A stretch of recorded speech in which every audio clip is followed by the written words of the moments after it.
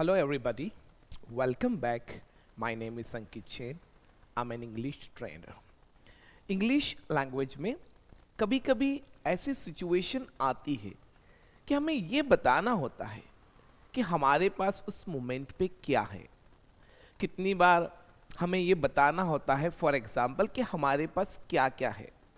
कभी कभी हमें ये भी बताना होता है फॉर एग्जाम्पल कि हमारे पास फॉर एग्जाम्पल किन किन चीज़ों की ऑनरशिप है। जैसे हमें कभी ऐसा बताना है कि सर मेरे पास बिजनेस है। कभी कभी हम ऐसा बोलते हैं कि सर मेरा मेडिकल स्टोर है। कभी कभी हम ये भी बताते हैं फॉर एग्जाम्पल कि सर मेरे है ना 2 फ्रेंड्स है, सर मेरे 2 सिबलिंग्स है। हम ऐसा भी बताते हैं कभी कभी कि सर मेरे 10th में 6 सब्जेक्ट्स हैं, 11th में सर मेरे 5 सब्जेक्ट्स हैं। तो कभी कभी हमें पूछना भी पड़ता है। जैसे इंग्लिश लैंग्वेज में अगर आज के बाद ऐसी कोई चीज़ जो आपके पास है, हमारे पास बहुत सारी चीज़ें हैं। किसी को अगर ये बताना है कि सर मेरे पास नॉलेज है, मेरे पास स्किल्स है, तो किसी को ये बताना है कि सर मेरे पास बिजनेस है। इन इंग्लिश लैंग्वेज अगर दुनिया की कोई भी चीज़ आपके पास है, इंग्लिश लैंग्वेज में अगर आप या तो किसी चीज़ के साथ अपनी ऑनरशिप शो कर रहे हैं, किसी चीज़ के साथ अपना रिलेशंस बता रहे हैं, या फॉर एग्जाम्पल किसी चीज़ के साथ जब हम अपना पोजीशन शो करते हैं, तो it is very simple.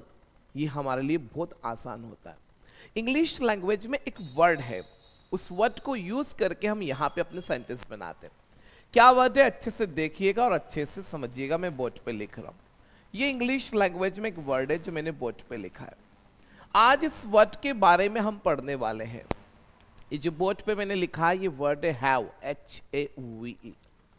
English language में हैव के साथ अगर देखा जाए तो हमने पहले भी हैव पढ़ा। हमारी जब क्लासेस स्टार्ट हुई थी तब हमने हैव पढ़ा था। तो समझना ध्यान से, जब उस समय हमने हैव पढ़ा था तो हम यूज़ करते थे कि ऐसा कोई काम, किसी वर्क को अगर हमने फिनिश कर लिया है, हैव का जो थर्ड पर्सन होता है वो हैज़ बनता है। किसी वर्क को हमने कंप्लीट कर लिया है, किसी वर्क को अगर हमने डन कर लिया है, तो उस मोमेंट पे हमारे टाइम वर्ड्स हैव और हैज़ होते हैं और उनके बाद एक एक्शन का थर्ड फॉर्म लगाया जाता है। तब उस केस में हम बताते हैं वर्क फिनिश्ड।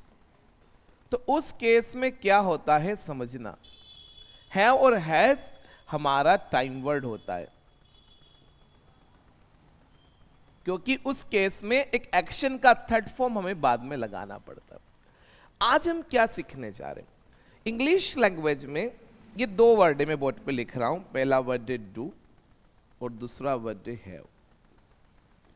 ये दोनों ऐसे वर्ड हैं जो इंग्लिश में टाइम वर्ड भी है। मेरे पिछले 2 वीडियो इसी के ऊपर रहे हैं, वीडियो नंबर 49 और वीडियो नंबर 50। उसमें मैंने आपको डू के बारे में ही बताया है कि इंग्लिश लैंग्वेज में डू एक एक्शंस भी है टाइम वर्ड के साथ साथ। जैसे डू कहाँ का टाइम वर्ड है, तो लाइफ का टाइम वर्ड है। लेकिन इंग्लिश में ये 2 ऐसे वर्ड है डू एंड हैव जो टाइम वर्ड के साथ साथ एक्शन भी है।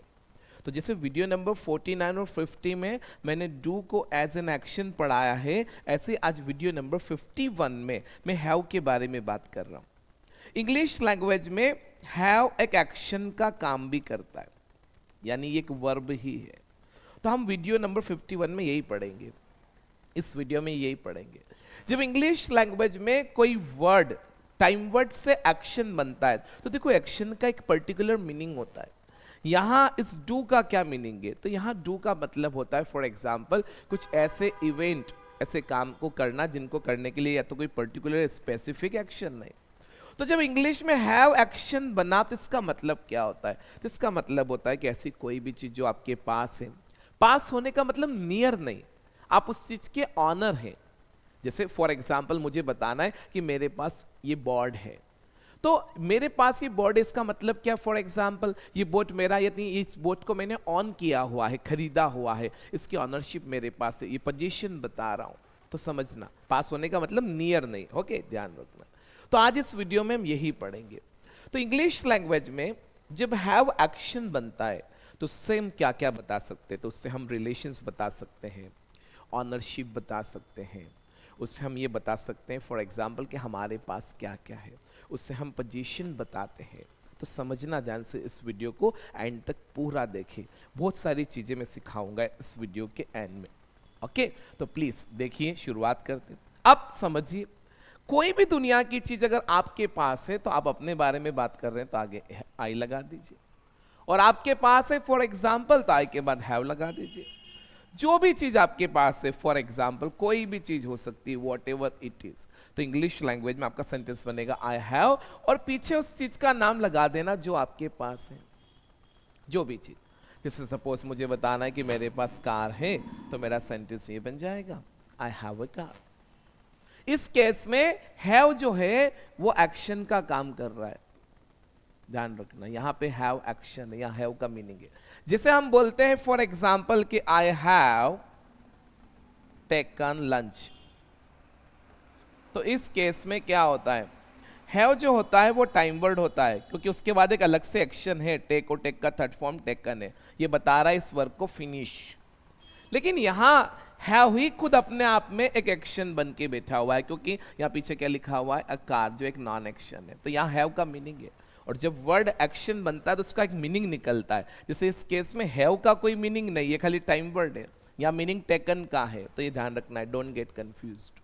तो मुझे बताना है कि मेरे पास कार है, तो ये सेंटेंस बन जाएगा।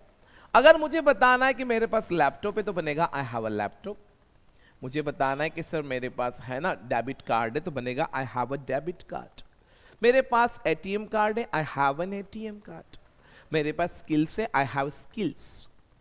अच्छा, कोई भी चीज अगर आपके पास है, काउंटेबल है और सिंगुलर फॉर्मेट में, तो आर्टिकल ए और एन से बताते हैं। लेकिन अनकाउंटेबल है और बताना है, जैसे मुझे बताना है कि मेरे पास नॉलेज है, तो I have knowledge. Knowledge uncountable होता है तो आर्टिकल कंटेन नहीं करेगा, जैसे बोलेंगे आई हैव नॉलेज। मेरे पास कॉन्फिडेंस है, आई हैव कॉन्फिडेंस। मेरे पास टैलेंट है, आई हैव टैलेंट। मेरे पास सर मल्टीपल टैलेंट्स है, आई हैव मल्टीपल टैलेंट्स। मुझे बताना है फॉर एग्जाम्पल कि सर मेरे पास है ना वीजा है, आई हैव अ वीजा। मेरे पास पासपोर्ट है, आई हैव अ पासपोर्ट। जो भी चीज आपके पास है, जैसे किसी को बोलना है कि मेरे पास करेज है, आई हैव करेज। जो भी आपके पास है, और इंग्लिश में आपको अगर बताना है तो इंग्लिश लैंग्वेज में आई के साथ हैव लगाकर आप बताएंगे, जो भी चीज आपके पास है, और अगर इंग्लिश में आपको बताना, इट इज वेरी सिंपल। अगर ये बात आपको किसी से पूछना है, जैसे मुझे आपसे पूछना है कि आपके पास कार है क्या, मुझे आपसे पूछना है कि आपके पास स्किल्स है क्या, तो इंग्लिश लैंग्वेज में क्वेश्चन कैसे बनेगा, नाउ लेट्स लर्न। अच्छे से देखिए और अच्छे से समझिए। देखो, यहां आपको समझना है, गलती नहीं करना है। अगर ये बात आपको मुझसे पूछना है तो मैं आप लोगों के लिए क्या हूं, यूं। वैसे ही एक ऐसा क्वेश्चन है जो सबको मैक्सिमम केस में आता है, पर कुछ लोगों को ये रटा हुआ है, तो आज अच्छे से क्लियर होगा कि ये क्वेश्चन बनेगा कैसे। देखो, जब हम क्वेश्चन बनाते हैं तो हम टाइम वर्ड से बनाते हैं। यहां हैव टाइम वर्ड नहीं है, आप ये क्वेश्चन हैव से नहीं बना सकते। अगर आपने हैव यू बोल दिया, समझना मेरी बात, हमें गलती करने से बचना है। अगर आपने हैव यू बोल दिया तो फिर आपको थर्ड फॉर्म चाहिएगा एक्शन का, यहां तो एक्शन ही नहीं है, तो इस बार क्वेश्चन हैव से नहीं बनेगा, क्योंकि हैव तो यहां पे एक्शन है, हैव तो यहां पे एक एक्शन है, और हैव एक्शन का फर्स्ट फॉर्म है। समझना मेरी बात। तो कैसे पहचान करेंगे ये सेंटेंस का है, तो देखो समझो, आई के बाद जब भी एक्शन आता है तो हमारा ये जो फॉर्मेट होता है, फॉर एग्जाम्पल ये आई एक्शन हो जाता है। इंग्लिश लैंग्वेज में आई एक्शन जो फॉर्मेट होता है, वो फॉर्मेट हमारे लिए कहाँ का होता है, तो आई एक्शन फॉर्मेट हमारे लिए कहाँ का होता है, तो लाइफ का होता है। ये एक लाइफ का फॉर्मेट है जो बोर्ड पे लिखा हो, क्योंकि इस केस में हैव एक एक्शन है, हैव एक एक्शन इस केस में फॉर एग्जाम्पल। तो यहां हमें ध्यान रखना है, ओके, कि सेंटेंस लाइफ का। अब लाइफ का क्वेश्चन जब भी इंग्लिश लैंग्वेज में यू के लिए बनता है तो डू से बनता है, तो आपका क्वेश्चन बनता है ऐसे, डू यू, और डू यू के बाद हम एक्शन लगाते हैं। समझना, बेसिक चीजें क्लियर होना चाहिए तो मजा आता है। तो आपका क्वेश्चन बनता है डू यू, और पीछे क्या आता है, एक्शन। तो एक्शन क्या है हमारा, हैव है, इसलिए क्वेश्चन ऐसा बनेगा। ऐसे बनेगा, ये क्वेश्चन ऐसे बनेगा, डू यू हैव। वैसे ये एक ऐसा क्वेश्चन है जो मैक्सिमम बच्चों को आता है। इंग्लिश लैंग्वेज में ऐसे दो पैटर्न है। वैसे मैं आपको एक बात बताता हूँ, ये जो डू यू हैव है, this is an American pattern English language में। इसका एक ब्रिटिश पैटर्न भी है, वो हम किसी और क्लास में यानी इसके बाद आने वाली क्लासेस में डिस्कस करेंगे, बट ज्यादातर ये यूज में आता है। क्वेश्चन का जवाब देंगे तो यस बनेगा, आई हैव बनेगा। अब आप 2-3 सेंटेंस बनाओगे तो मजा आएगा। अच्छा, जब मैं बोलता हूँ ना, आपको भी मेरे साथ बोलना है ऐसे घर पे ऑरली, जब आप वीडियो देख रहे हो तो मजा आएगा। जैसे मुझे पूछना है सर आपके पास कार है क्या, do you have a car. Sir आपके पास नॉलेज है क्या, डू यू हैव नॉलेज। आपके पास स्किल्स है क्या, डू यू हैव स्किल्स। आपके पास वीजा है क्या, do you have a visa. Got it. चलो नेगेटिव सेंटेंस बनाते हैं। नेगेटिव कैसे बनाओगे, नो आई। अब देखो, क्या आप इस हैव में नॉट लगा पाओगे कि नहीं। इसमें नॉट थोड़ी लगा सकते हो, क्योंकि ये तो एक्शन है। इसमें नॉट कैसे लगाओगे, नॉट तो हम कब किस में लगाते हैं कि टाइम वर्ड में लगाते हैं। इसमें अगर हमने नॉट लगा दिया हैव में तो ये टाइम वर्ड बना बैठे आप। अगर आपने हैव में नॉट लगा दिया तो हैव को बना दिया टाइम वर्ड। हैव जैसे ही टाइम वर्ड बना अपना काम करेगा। एक्शन का कौन सा फॉर्म देना पड़ेगा, थर्ड फॉर्म। सेंटेंस गलत हो जाएगा क्योंकि पीछे ओनली कार ही बचा। तो हैव में नॉट मत लगाइए, किससे बनाना पड़ेगा, डू से, क्योंकि टाइम वर्ड डू है यहाँ पे। तो डू में नॉट लगाएंगे आप तो बनेगा आई डू नॉट। फिर क्या बोलेंगे आप, हैव, क्योंकि डू नॉट के बाद एक्शन आता है। तो ऐसे बनेगा आपका सेंटेंस। आपका सेंटेंस ऐसे बनेगा कि कोई चीज़ आपके पास नहीं है, आपको अगर बताना है तो आप बोलेंगे आई डू नॉट हैव। जैसे मुझे बताना है कि मेरे पास कार नहीं है, I do not have a car. Sir मेरे पास स्किल्स नहीं है, I do not have skills. मेरे पास एटीएम कार्ड नहीं है, I do not have ATM card. मेरे पास सर नॉलेज नहीं है, I do not have knowledge. मेरे पास करेज नहीं है, I do not have courage. ये बात ध्यान रखना। अब क्या क्या बता सकते हैं उस पर बात करते हैं। देखो अभी तो आपने दो चीज बताई है, हम आगे बढ़ते हैं। जैसे हम रिलेशनशिप शो करते हैं, जैसे मैंने बताया कि मेरे 2 भाई बहन हैं फॉर एग्जाम्पल, तो ये रिलेशन है। मेरे 2 अंकल से, ये रिलेशंस बता रहे कि हमारे रिलेशंस में क्या क्या है। तो उन बातों को भी हम ऐसे ही बताएंगे। जैसे मुझे बताना है कि मेरे 2 भाई बहन हैं, तो 2 भाई बहन मतलब 2 सिबलिंग्स।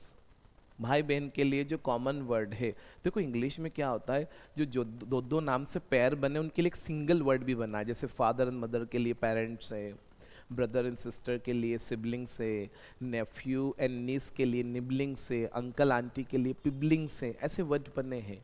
तो ऐसे मुझे बताना है कि सर मेरे 2 भाई बहन हैं, तो आई हैव 2 सिबलिंग्स। अगर एक ही है तो सिबलिंग बोलना, फिर सिबलिंग्स मत बोलना। तो ऐसा बनेगा। जैसे मुझे बताना है कि मेरे 2 दोस्त थे, तो आई हैव 2 फ्रेंड्स। जैसे सपोज फॉर एग्जाम्पल मैं एक स्टूडेंट हूँ, आई एम ए स्टूडेंट, और मेरे किसी भी क्लास में अगर बताना है कि सर 6 सब्जेक्ट्स है, तो ऐसे बनेगा आई हैव 6 सब्जेक्ट्स। ऐसा बन जाएगा। मुझे बताना, जैसे कितना ऐसा बोलना पड़ता है, सर मेरा मेडिकल स्टोर है, ये ऑनरशिप हो गई। तो मेरा मेडिकल स्टोर है मतलब मैंने मेडिकल स्टोर ऑन किया हुआ है, मतलब for example I am the owner of medical store, मतलब मेरे पास मेडिकल स्टोर है। पास मतलब ऐसा नहीं जेब में लेके घूम रहे हैं। इट मीन्स यहाँ पे हम सिंपल तरीके से बता रहे हैं फॉर एग्जाम्पल कि आप यहाँ पे ऑनरशिप बता रहे हैं, तो ये सेंटेंस भी ऐसे ही बनते हैं। तो ऐसे बोलेंगे आई हैव मेडिकल स्टोर। जैसे हम बोलते हैं हिंदी में सर मेरी जॉब है, तो इंग्लिश में कैसे बोलोगे, तो ऐसे बोलना आई हैव अ जॉब। जैसे मुझे बताना है फॉर एग्जाम्पल कि सर मेरा कॉलेज है, अगर आप कॉलेज के मालिक है, आपका खुद का कॉलेज, आप बोल सकते हैं I have a college. Sir मेरा रेस्टोरेंट है, आई हैव अ रेस्टोरेंट।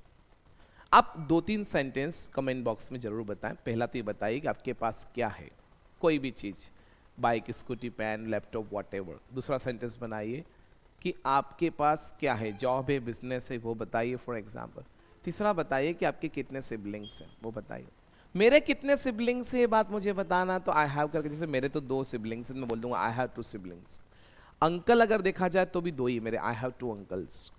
मेरी 2 बुआ है, आई हैव 2 आंटीज। तो ऐसे बन जाएगा जब भी इस तरह की हम बात करेंगे। मेरे फ्रेंड्स की अगर बात करूँ फॉर एग्जाम्पल, तो मेरे काफ़ी फ्रेंड्स हैं, I have so many friends. तो मेरा सेंटेंस ऐसे बन जाएगा। तो ये छोटी छोटी चीज़ें हैं जो हमें समझने की जरूरत है। ये बहुत ही सिंपल सा टॉपिक है। अब देखो समझना ध्यान से। यहां जरूरत पड़ने पर क्वेश्चन वर्ड से भी क्वेश्चन बनेंगे।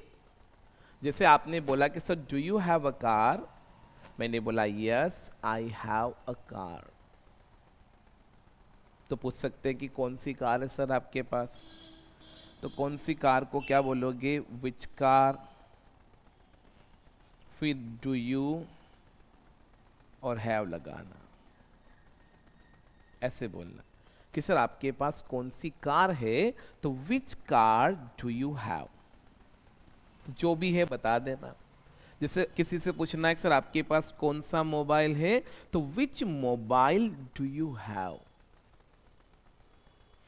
सर आपके पास कौन सा लैपटॉप है, विच लैपटॉप डू यू हैव, ये बता दे। ऐसे अगर हमें पूछना है इंग्लिश में किसी से कि सर आपके कितने फ्रेंड्स हैं, क्योंकि मेरे अगर फ्रेंड से ये बात बता रहा हूं तो आई हैव से बता रहा हूं, तो अगर पूछना है किसी से कि आपके कितने फ्रेंड्स हैं, तो ये बात ऐसे पूछेंगे कि हाउ मेनी, फिर फ्रेंड्स आएगा यहां पे और डू यू हैव बनेगा, ऐसे बनेगा कि सर आपके कितने फ्रेंड्स हैं,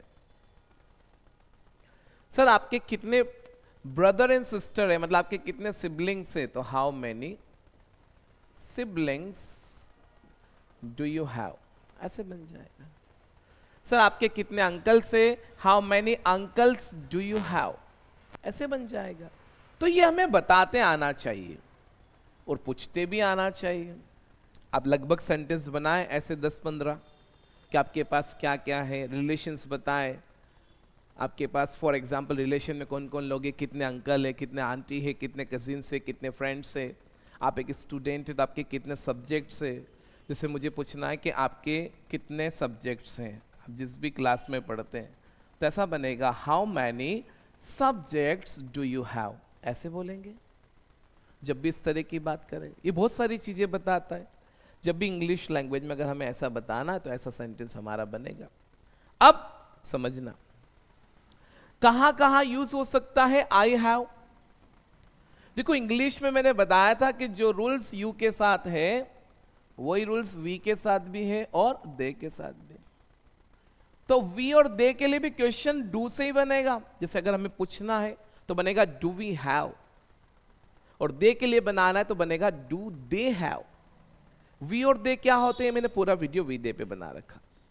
जैसे सपोज फॉर एग्जांपल हम कहीं घूम रहे हैं, रास्ते में हमें कहीं अमरूद दिखे, हमने खरीद लिए। अब खरीद तो लिए, कार में रख लिए, पर खाएंगे कैसे, काटना तो पड़ेगा ना।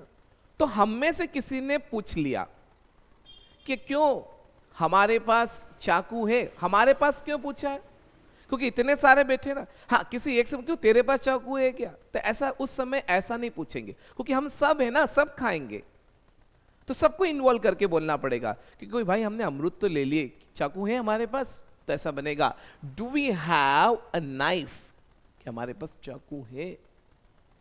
अगर दे के लिए बनाना है तो डू दे हैव बनेगा कि सर उनके पास ये है क्या, डू दे हैव। देखो दे कब होते हैं इंग्लिश लैंग्वेज में, अगर कोई थर्ड पर्सन मेल है तो ही है, फीमेल है तो शी है, थिंग्स है तो ईट। जैसे ही ये मोर देन वन हो जाते फिर ये दे बन जाते। अब भले वो मेल हो फीमेल हो, उससे फर्क नहीं पड़ता, if they are more than one then we have to call them they. ये चीज ध्यान रखना। तो ऐसा बनेगा do they have, do they have. जैसे आप एक सेंटेंस बनाते हो मेरे पापा मम्मी दोनों के लिए, जैसे आपको पूछना है सर आपके पेरेंट्स के पास। अब अगर आप पेरेंट्स बोलते हो तो डू से ही बोलना पड़ेगा, तो ऐसा बनेगा डू यूअर पेरेंट्स। जैसे आपने पूछा कि सर आपके पेरेंट्स के पास मोबाइल है क्या, तो ऐसा बनेगा do your parents have mobile, ऐसा बोलना पड़ेगा। क्या बोलोगे, do your parents have mobile, कि सर आपके पेरेंट्स के पास मोबाइल है क्या। सर आपके, जैसे मेरे 2 भाई बहन हैं, I have 2 brother and sisters, है ना, I have 2 brother and sisters. अब आपने बोला क्या सर उनके पास स्कूटी है, तो जब मैंने बता दिया तो फिर आप नाम नहीं लेंगे, डायरेक्ट बोल सकते हैं do they have a scooty. और ऐसा भी बोल सकते हैं do your brother and sister, do your brother and sister, 2 बोलना ना, brother and sister. Do your brother and your sister have a mobile, क्या आपके सर भाई और बहन के पास मोबाइल है? और डायरेक्टली बोले तो सिबलिंग्स बोल दो कि डू यूर सिबलिंग्स। जैसे आपने बोला कि सर आपके फ्रेंड्स के पास, देखो आपको क्लियर नहीं है ना, तो फिर आप फ्रेंड्स बोलिए। कि सर क्या आपके दोस्तों के पास कार है? तो do your friends have car, तो ऐसा बनेगा। मैंने एक सेंटेंस बनाया कि सर लोगों के पास है ना ईगो है, तो लोग मतलब क्या बनेगा? पीपल। तो ऐसे बोलेंगे people have ego, people have ego, ऐसा बनेगा, ऐसा बन जाएगा। फॉर एग्जाम्पल किसी को बोला सर मेरे पास मैच्योरिटी है, आई हैव मैच्योरिटी। मैंने बोला सर उनके पास है ना मैच्योरिटी नहीं है, they do not have maturity. Positive कैसे बनेगा? देखो वी और दे के साथ क्या टाइम वर्ड है? डू। जहां डू टाइम वर्ड आता वहां ओनली एक्शन आता, तो वी के लिए भी बनेगा वी हैव, और दे के लिए भी बनेगा दे हैव। दोनों का जवाब हैव से आएगा। जैसे हमें बताना है कि हमारे पास कॉन्फिडेंस है, वी हैव कॉन्फिडेंस। सर उनके पास कॉन्फिडेंस है, दे हैव कॉन्फिडेंस। ऐसा बनेगा, ऐसा सेंटेंस बन जाएगा। इसका थर्ड पर्सन ही शी और इट के लिए कैसा बनेगा वो हम अगले वीडियो में सीखेंगे। नेगेटिव बनाएंगे तो बनेगा वी डू नॉट हैव और दे डू नॉट हैव, ऐसे बन जाएगा। ऐसे हमारा सेंटेंस बनेगा we do not have, they do not have. Sir हमारे पास चाकू नहीं है, we do not have a knife. उनके पास नॉलेज नहीं है, they do not have knowledge, ऐसे बन जाएगा। जब भी हमें ऐसा बनाना है तो हमारा सेंटेंस इस वैरायटी से बनेगा। आ रहा है समझ में? तो ये बहुत सिंपल सी चीज। वैसे ये तो एक ऐसा टॉपिक है यूजुअली सबको आता है, पर मैं पढ़ा रहा हूं तो मुझे I have to cover each and every topic, ये ध्यान। तो अगले वीडियो में इसका थर्ड पर्सन पढ़ेंगे हम, ही शी और इट। उसके बाद एक और अगले वीडियो में हैव का एक यूज और पढ़ेंगे हम। आज मैंने कुछ छोटे छोटे यूज बताए हैं, आपको सेंटेंस बनाइएगा, यूज करिएगा, इन चीजों को बनाइएगा। कुछ सेंटेंस अच्छे अच्छे सेंटेंस बनेंगे, मजा भी आएगा। बहुत सिंपल सा टॉपिक है, बहुत छोटा टॉपिक है, ज्यादा लेंदी टॉपिक नहीं। तो क्या क्या सीखा? कोई भी चीज अगर आपके पास है और आपको बताना है तो बताइए आई हैव से। कोई बिजनेस आपके पास है, ऑनरशिप बता रहे हैं तो भी आई हैव से बताइए। आप अपने रिलेशंस बताते हैं, फॉर एग्जाम्पल कितने भाई बहन है, कितने फ्रेंड्स है, ये वो, तो भी हम इंग्लिश में हैव से ही बताते हैं। नेगेटिव बनाएंगे तो आई डू नॉट बनेगा। डू नॉट किस किस के साथ आएगा? तो आई, यू, वी और दे। अच्छा, हम यूजुअली अभी तक ऐसा ही करते, जैसे यू से लेकर एक मेंटेलिटी बन गई कि क्वेश्चन नहीं, यू के लिए भी पॉजिटिव सेंटेंस बनाते आना चाहिए। तो यू के लिए बनेगा यू हैव, और यू के लिए अगर नेगेटिव बनाना है तो बनेगा यू डोंट हैव। कभी कभी हमें यू को उसके मुंह पे बोलना भी तो पड़ता है। मैंने बोला भाई तैने तो इसलिए कर लिया कि तेरे पास है ना टैलेंट है, यू हैव टैलेंट। मैंने बोला यार तेरे पास कॉमन सेंस नहीं यार, तू कहीं भी बोल देता है, you do not have common sense. तेरे पास है ना मैच्योरिटी नहीं है, you do not have maturity. तेरे पास स्किल्स नहीं भाई, तेरे को स्किल्स सीखना चाहिए, you do not have skills. तो यू के लिए भी बनेगा, है ना, ऐसा नहीं है। एक वीडियो में ऐसा बनाएंगे जिसमें आई से लेकर भी क्वेश्चन बनाते हम सीखेंगे। देखो आई से लेकर हमने अभी तक 2 ही सेंटेंस पढ़े हैं पूरी क्लास में, पूरे सीरीज में। आई से लेकर हम 2 ही सेंटेंस ज्यादातर बनाते हैं, पॉजिटिव और नेगेटिव। आई से भी क्वेश्चन बनता है, क्यों नहीं बनेगा? जब हम कोई क्वेश्चन अपने बारे में पूछ रहे हैं तो बन सकता है। तो बहुत सिंपल है, समझो। मैं वीडियो बनाऊंगा बट आप सीखिए, मैं सिखाना चाहता हूं। क्या टाइम वर्ड है आई के लिए वो पकड़िए और सेंटेंस बनाइए। जैसे लाइफ में आई के लिए टाइम वर्ड डू है, तो आपका सेंटेंस बनेगा डू आई एक्शन। प्रोग्रेस में आई के लिए एम है तो बनेगा am I action plus I N G. Finish में आई के लिए हैव इट तो बनेगा have I action plus third form. Past में आई के लिए टाइम वर्ड डीड है तो बनेगा डीड आई एक्शन। फ्यूचर में टाइम वर्ड विल है तो बनेगा will I action. Work in progress past में आई के लिए टाइम वर्ड वॉज है तो बनेगा was I action plus I N G. ऐसे बन जाएगा, है ना। तो ऐसे हमें बनाते आना चाहिए। तो ये बहुत सारी सिंपल सी चीजें मैं बताऊंगा, आप क्वेश्चन वर्ड के साथ भी सेंटेंस बनेंगे। तो ये बहुत ही सिंपल सी चीजें हैं। ओके, तो ये एक्शन है।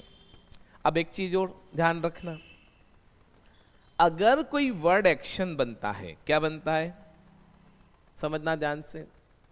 तो एक एक्शन के साथ 4 चेंजेस होते हैं, समझिएगा। इस जैसे एक वर्ड इंग्लिश लैंग्वेज में गो और एक वर्ड इंग्लिश लैंग्वेज में टेक, ये दोनों एक्शन है। तो इनके साथ कितने चेंजेस होते हैं कि 4। जैसे लाइफ में जब गो को थर्ड पर्सन के लिए लेकर जाओगे तो गोस बनेगा, गो में आईएनजी लगाओगे तो गोइंग बनेगा, समझना। गो का सेकेंड फॉर्म बनाओगे तो वेंट बनेगा, और गो का थर्ड फॉर्म बनाओगे तो गोन बनेगा। क्लियर? ऐसे टेक में एस एस लगाओगे थर्ड पर्सन के लिए, ही शीट के लिए तो टेक्स बनेगा। टेक में आईएनजी लगाओगे तो टेकिंग बनेगा। टेक का सेकेंड फॉर्म बनाओगे तो टुक बनेगा, और टेक का थर्ड फॉर्म बनाओगे तो टेकन बनेगा। तो जब कोई वर्ड एक्शन बनता है तो उसके साथ ये बदलाव हम लोग करते हैं। अब यहां समझना आप सभी लोग, पिछले 2 वीडियो में यानी वीडियो नंबर 49 और 50 में मैंने आपको पढ़ाया कि डू एक्शन भी है। तो डू जब एक्शन बना तो ये 4 चेंजेस डू के साथ भी किए थे मैंने। तो देखो, डू में एस लगाया तो डू क्या बना? डस। डू में आईएनजी लगाया तो डू क्या बना? डूइंग। डू का सेकेंड फॉर्म बनता है डीड, और डू का थर्ड फॉर्म बनता है डन। ठीक है, ये 4 चेंजेस हुए, ये आप लोगों ने पढ़ा है। कब? जब डू एक्शन है, एक एक्शन होता है तब। तो जब हम कहीं पे किसी भी सेंटेंस में डू को एज एन एक्शन यूज कर रहे हैं तो ये हमें ध्यान रखना पड़ता है कि ये चेंजेस होते हैं। जैसे प्रोग्रेस में आईएनजी लगाते हैं, पास्ट में अगर सेंटेंस बोला है पॉजिटिव और डू हमारा एक्शन है तो उसका सेकेंड फॉर्म डीड बनता है और हैज के साथ अगर हम डू एक्शन लगाते तो डन बन जाता है, और लाइफ में थर्ड पर्सन के लिए डस होता है। अब मेरी बात समझना, देखो ये दोनों कहाँ यूज हो रहे हैं? तो लाइफ में। तो ये दोनों सेम है, दोनों सेम है, दोनों एक ही है। बस खाली ये कि आई यू वी और दे के लिए डू है और ही शी और इट के लिए डज। समझना, मेरी बात समझना है। I N G doing, second form did और थर्ड फॉर्म डन। अब मेरी बात समझना है, मैं कुछ सिखाने जा रहा हूँ। जिससे कोई व्यक्ति अगर आपको कंफ्यूज करने के लिए पूछे कि सर गोस का सेकेंड फॉर्म बताओ, किसका, तो कंफ्यूज नहीं होना।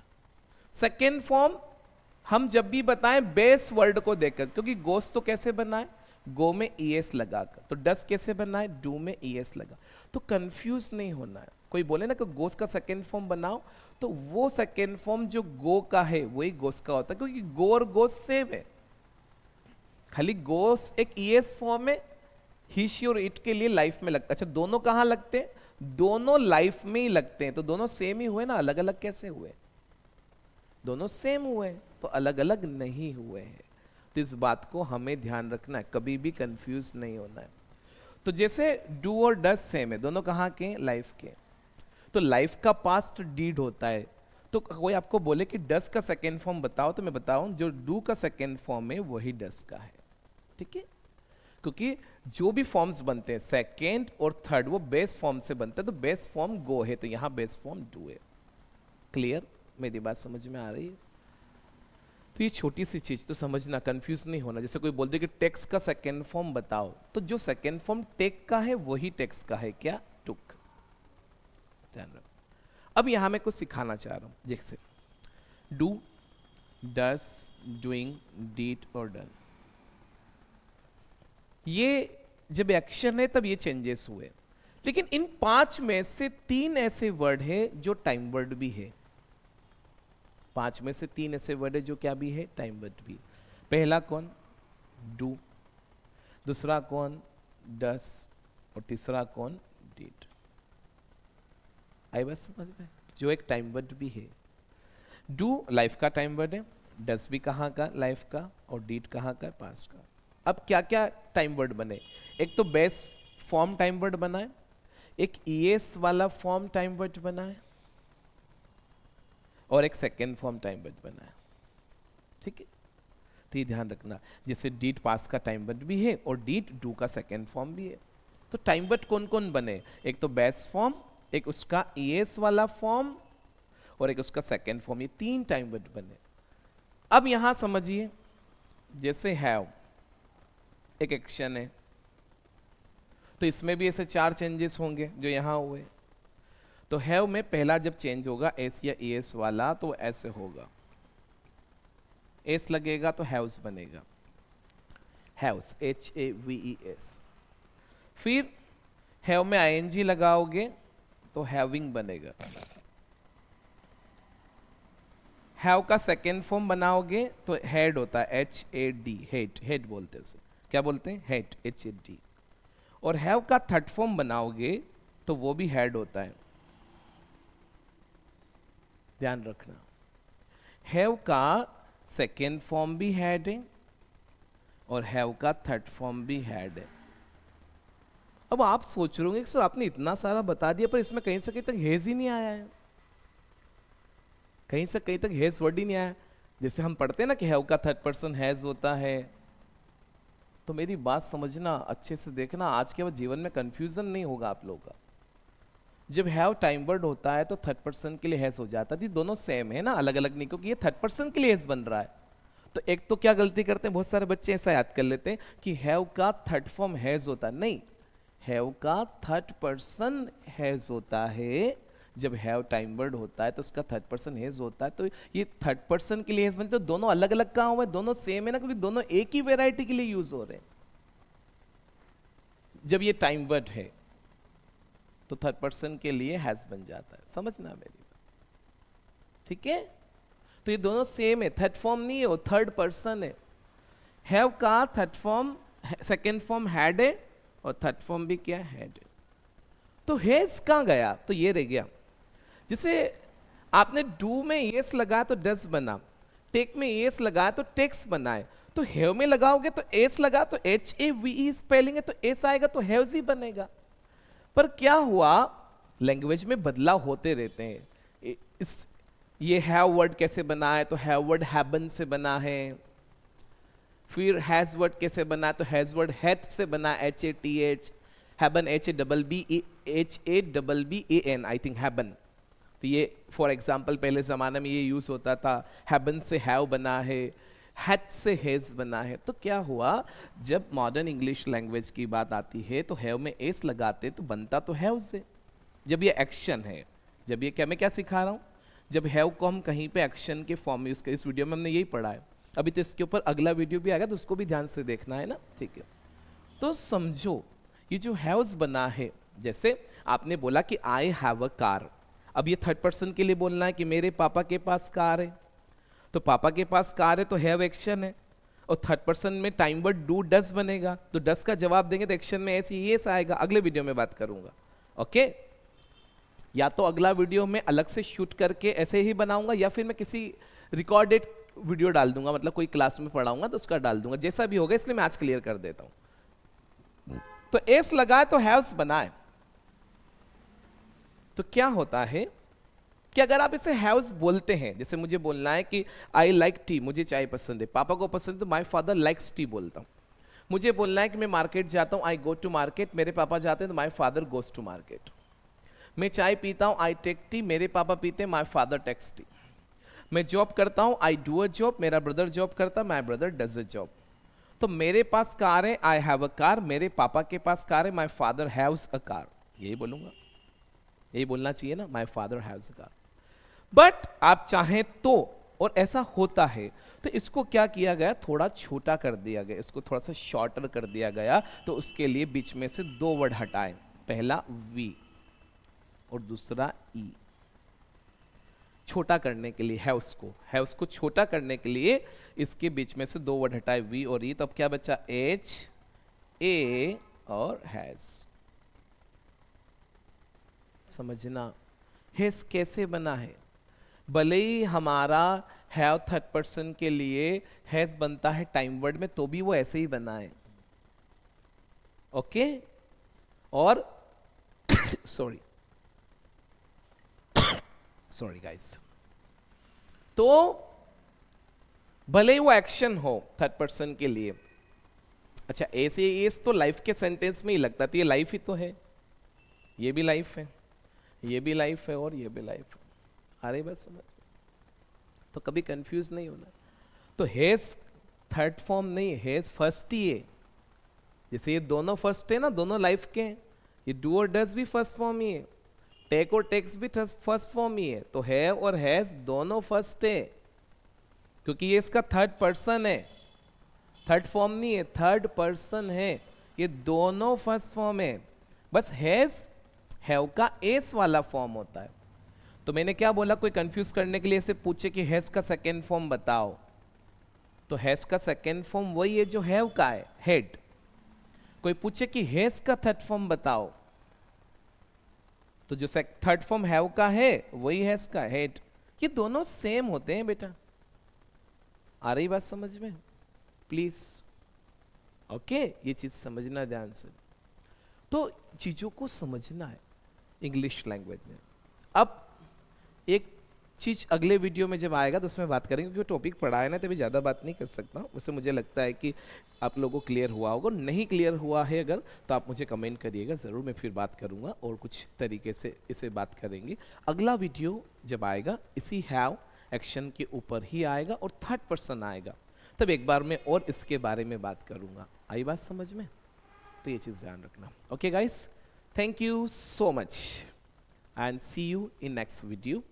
If you really have liked my video, then please do hit the like button and please do comment in comment section कि कैसा क्या चल रहा है, how are you learning, okay, कैसा लग रहा है आप लोगों का कंटेंट कैसा है, please do comment. Thank you guys, see you next video. Thank you.